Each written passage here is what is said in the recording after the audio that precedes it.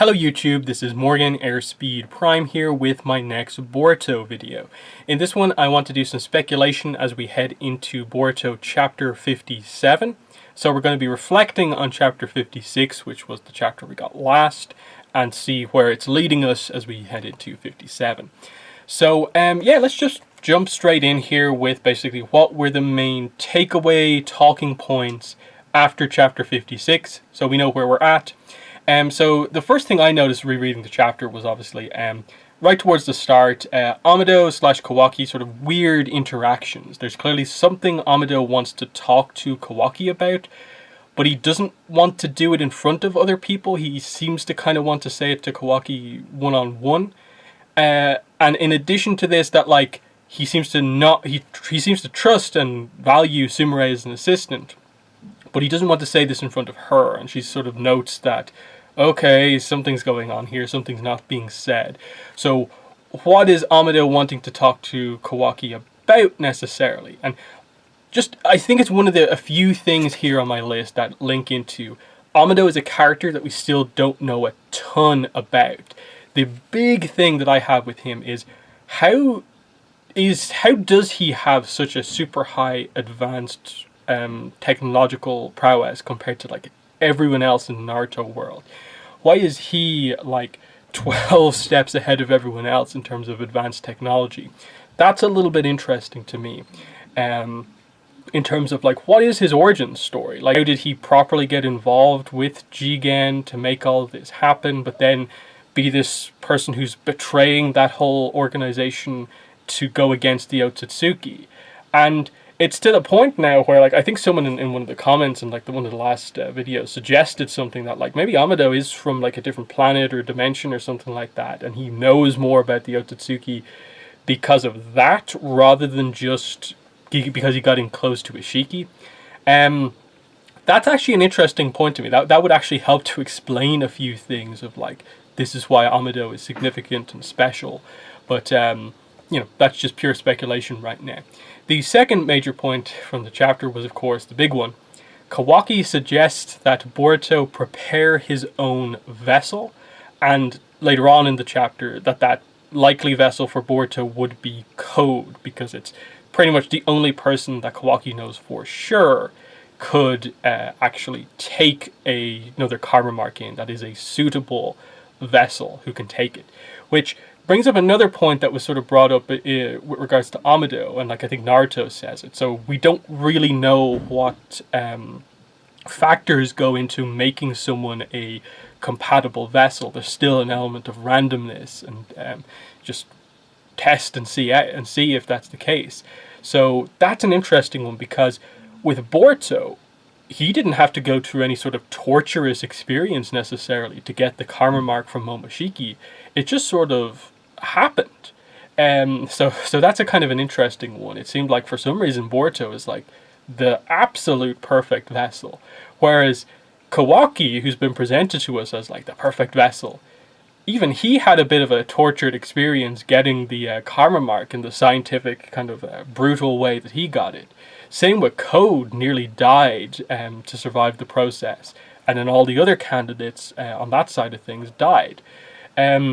Jigen himself, even though they established that he was kind of weak as a person, I think it's a weird situation because Ishiki went all small and then like jumped inside Jigen and sort of actually like physically took him over as like a parasite, and sort of changed his body that way, and then implanted Karma Mark and took him over. So that helps to explain the situation with Jigen. But when they finally, I suppose, getting around to like what are the qualities that actually make someone just naturally a good vessel, I'm wondering, will they retroactively explain something about why Boruto was so suited, why Jigen was so suited, and so on. So there's that. But the general point here of Boruto preparing his own vessel is really fascinating to me, just that they're suggesting that this is a thing that could happen. Do I think it will be required as a thing to happen? I'm not sure, because I really struggle to imagine a situation where the Boruto that we see back in the flash forward in chapter 1 of Boruto, that is actually a different body that Boruto has taken over because he's died and been reincarnated into a vessel that is potentially code. That seems like crazy, but it could happen the way that everything is being set up at the moment. But it gets into this wild situation where, like, people with karma marks could be just switching bodies all over the place if we go too crazy with it. I still believe that somehow they're going to find a way to, prevent the karma from properly taking over Boruto. They say he's at like 80% Otsutsukification. So that would imply that there's only like a couple of weeks, a month or two left until Boruto will be completely taken over. And basically the second it gets to 100%, Momoshiki can just immediately reincarnate into Boruto's body, which would kill Boruto, which is why Kawaki is suggesting Boruto do this in the first place. So that's a really interesting situation. Now, obviously that would imply then that at the time when the Kawaki Boruto thing takes place, that Momoshiki is actually out there as well, or has been dealt with already. But that also doesn't keep into account the fact that Kawaki has to get a karma mark at some point as well, which is why I do actually think that what might end up happening is that Boruto ends up somehow preparing Kawaki as his own vessel, or something like that, or that like they tried to do it, but it's actually revealed that any mark that Boruto would make is actually Momoshiki's one, so it's actually put a Momoshiki karma mark on Kawaki instead of a Boruto one. I get the feeling something complicated like that could actually end up happening, because I think one of the more complicated points that they haven't, I think, gone into enough is just this idea that Kawaki, even though he doesn't have a karma mark anymore, his body is considered at least partially or nearly fully Otsutsuki, which is why he is a valid candidate to be fed to the Ten Tails to make a divine tree. Boruto is the same way, that his body is being changed to effectively be considered Otsutsuki. So Kawaki is speculating that Boruto, by virtue of that fact and the fact that he has the karma mark, should be able to implant a karma mark on someone, and that it should allow Boruto himself to reincarnate and not just be implanting a Momoshiki karma mark on someone else. We'll see exactly how that ends up working out. Again, it's quite a complicated dynamic, because like we have some sense for where we have to get to in the future with chapter 1, but we don't know the route that they're going to take to get there. So that's quite interesting. Next, we find out about Code having a power limiter placed on him. The others had to get like augmented to improve their power, but Code actually had to get augmented to limit his power, because we couldn't have his Jigen's underlings be more powerful than him. So Amado is the only one who knows the code basically to remove that power limiter. So that is what is going to, I suppose, be another dynamic between Code and Amado, and why Amado needs to be protected even further than he already has been by the Leaf Village. Amado also reveals that he has made several cyborgs that are also more powerful than Jigen. So that's a crazy reveal. At the end of this chapter, we meet Ada, who is one of them, meaning that I guess there is at least 2, if not more, cyborgs out there to go along with her. So the final thing I'll just say about that is that the word cyborg, I think this is the first chapter it's been properly used within Boruto. Is that just a word that we are now using to refer to people who have been augmented by scientific ninja tools, and so they're part human, part cyborg, they're a cyborg now? Or is that a new term meant to refer specifically to these, meant to be destroyed cyborgs that are more powerful than Jigen? That they are, it's basically like the Boruto version of like Dragon Ball androids. That's what I'm not particularly sure about. But either way, I'm guessing it's just a general term meant to refer to that. So this would imply that, I guess, Kawaki is a cyborg. Am I getting that right? Boro was a cyborg. Delta's a cyborg. That's just the term that we're using now. That would seem, I think, perfectly fine. But we'll address Ada a little bit more in a second. Next, Naruto does reveal that he is going to call for a Gokage summit. So the 5 Kage are going to meet, and Naruto is of course going to spread all the information that he knows to them. Now, this is an interesting one in that this, I don't think they should take too long to get towards. This should just be in this era of Naruto with the world, for the most part, at peace. The villages not really at odds with each other. They should just be able to meet up and have this happen no problem. So there shouldn't be a need for a massive build-up to this happening like there was when it happened in Naruto Shippuden. This should just happen, and we should get straight down to business. And I hope we do, because there is actually quite a bit to discuss. In addition to just telling the other nations about, okay, here's all the Otsutsuki stuff we learned about, here's what happened, Naruto is also going to need to reveal that he doesn't have Kurama anymore. And especially with Gaara, that's going to be quite an interesting scene. Gaara has already experienced what it's like to lose your tailed beast and not be a Jinchuriki anymore. Naruto's going to have to deal with that now, and I'm wondering, will they note that connection between those two? I think they have to when they finally bring it up. How far will that go? Will it just be make the connection move on, or will there be a sense for like, you have to adapt now to your powers not being augmented by the tailed beast or something like that? So that could be fun. The other thing here is just, okay, we're bringing the other nations back into things after a while of being Leaf Village focused quite heavily. Are we actually going to do much with the other nations? Like, are some of their characters going to come over to us? Are we going to send some of our characters over to them? Because obviously training is going to be happening. So like, I think it would be actually quite reasonable for like, okay, Boruto and Kawaki, you go up to the Sand Village and train with, Shinki and the others or something like that.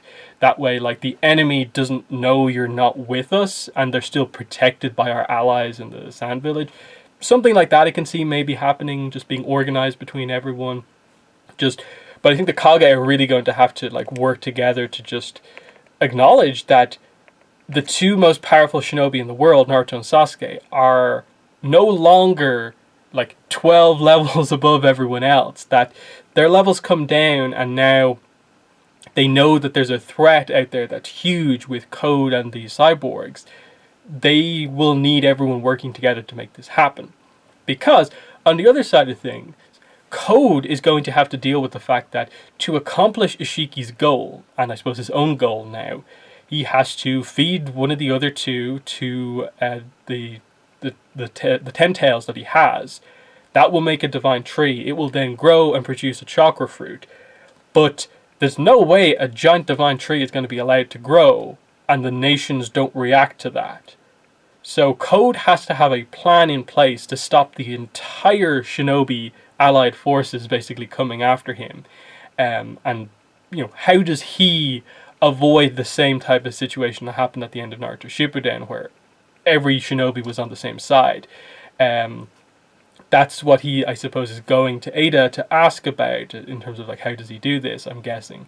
Which I think does probably mean we are entering more of an arc where we're setting up things, heading into a time skip, and then we'll come out of that and see this is Code's plan in action, and this is the defense plan that the ninja world has against Code and everyone, which will be being very protective of Amado so Code doesn't get his power limiter taken out, and just really addressing like, how are the nations going to work together? Because the Leaf Village is obviously going to be targeted again. So the other nations sort of have to be ready to protect the Leaf Village. So do they just move people to the other nations, or do they really shore up the defenses of the Leaf Village? That's a big question.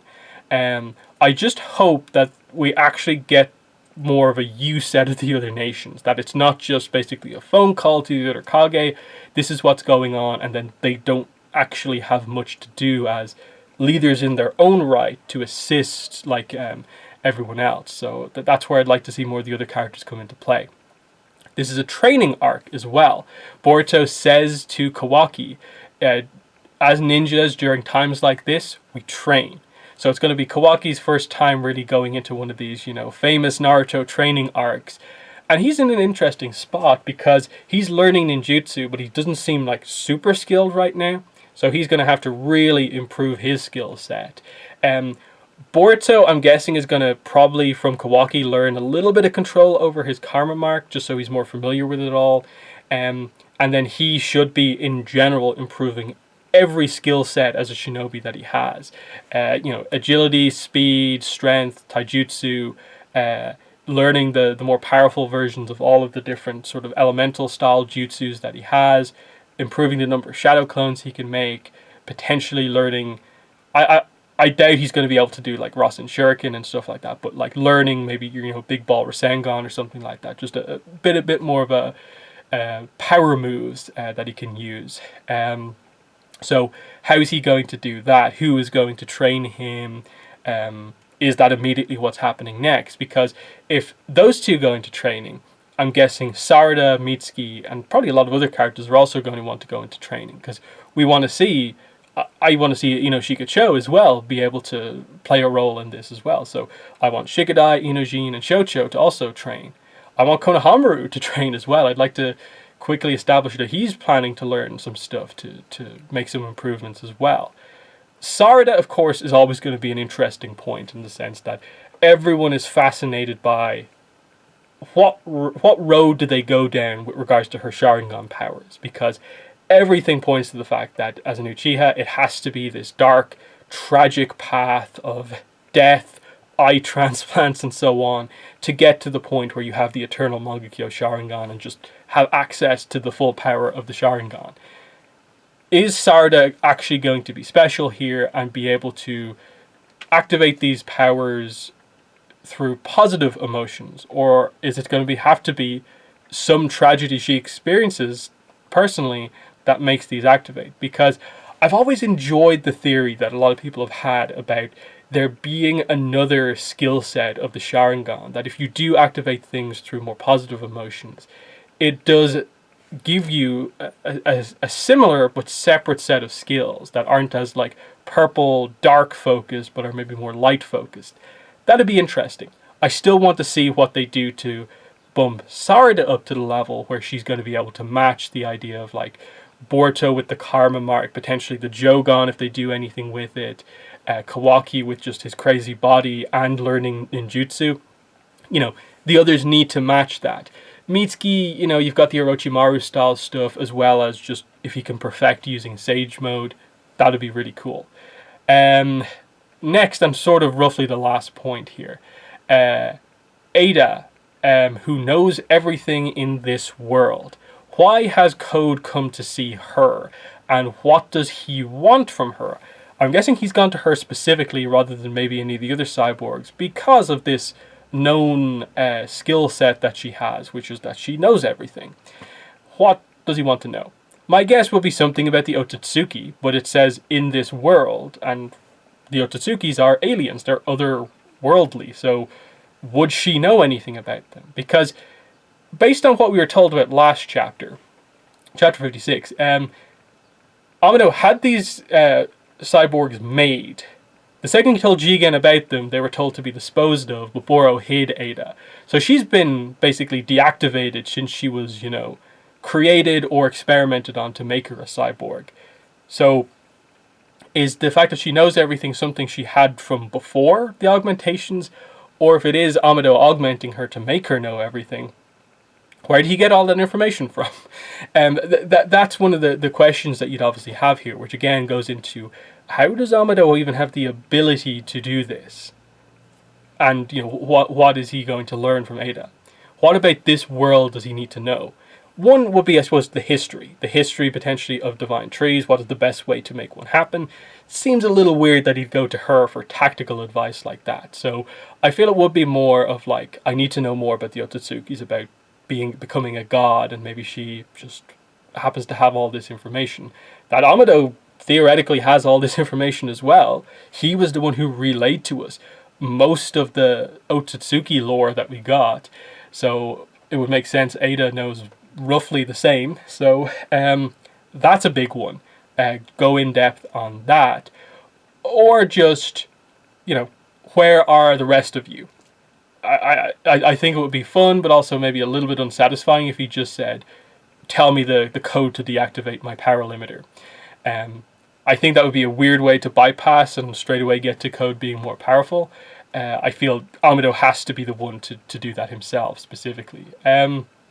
But either way, I'm guessing he will free her and potentially like ask her where are the other cyborgs or something like that, and we'll go on from there potentially. I'm guessing at some point over the next 3 chapters, which will end what the volume that we're currently in, Ada will reveal something of like huge substance that will be the core of what Code's plan is, because at this point it seems like his plan is going to be more than just simple, I want revenge, I'm going to get my revenge right now. Because him and 1, 2, 3 cyborgs, yeah, that's probably enough to just kill the people he wants to.